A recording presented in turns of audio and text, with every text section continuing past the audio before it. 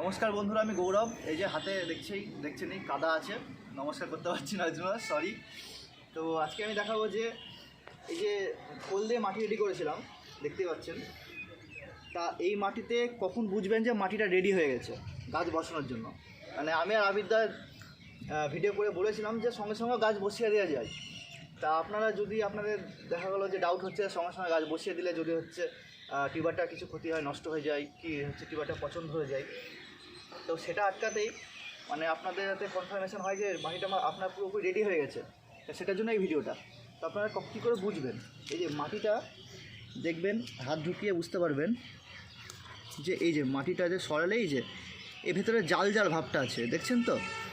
যেরকম হচ্ছে ওই বেকারিতে যেরকম হচ্ছে যখন ময়দা মাখে, যেরকম রেস্টে রাখে ময়দাটাকে, তা তখন যেরকম ভেতরে যে একটু ফ্লাপিনেস চলে আসে, দেখতে পাচ্ছেন ভেতরটা ফ্লাপিনেস চলে এসছে, আর গন্ধটাও প্রচণ্ড বেরোচ্ছে।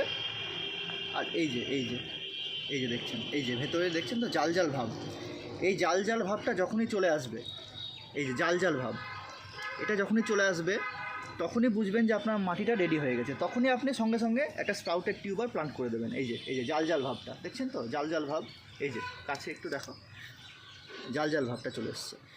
পাশে এই যে একটা জায়গায় আমি রেডি করেছি, এটা বেশি দিন পচানো হয়নি, এখন শীতকাল তো পচতে একটু সমস্যা হচ্ছে। এই যে এটাতে কিন্তু সে জাল জাল ভাবটা আসেনি, এসেছে অল্প অল্প এসেছে। এটা এখনও মোটামুটি 5-6 দিন পচবে, ঠিক আছে? আর অনেকেই প্রশ্ন করছেন বারবার বলে দেওয়া সত্ত্বেও যে নিচে গোবরের লেয়ার দিতে হবে কি না, কি হচ্ছে মানে সিউইড এখন দেওয়া যাবে কি না, কি আপনার ইচ্ছা হলে আপনি দেবেন, অসুবিধা নেই। আর নিচে গোবরের লেয়ার দিলে সে একই হবে, কারণ মাটিটা ফুটবে গরমে, যখন জলটা হিট হবে তখন মাটিটা ফুটবে, যেরকম ফোটে জল ওরকম ফুটবে, তখন সে গোবরের লেয়ারটা উপরে চলে আসবে। এর থেকে ভালো আপনি গোবরটা মিক্স করে দেবেন। তাই হচ্ছে আজকের ভিডিও। ভালো থাকবেন, ধন্যবাদ।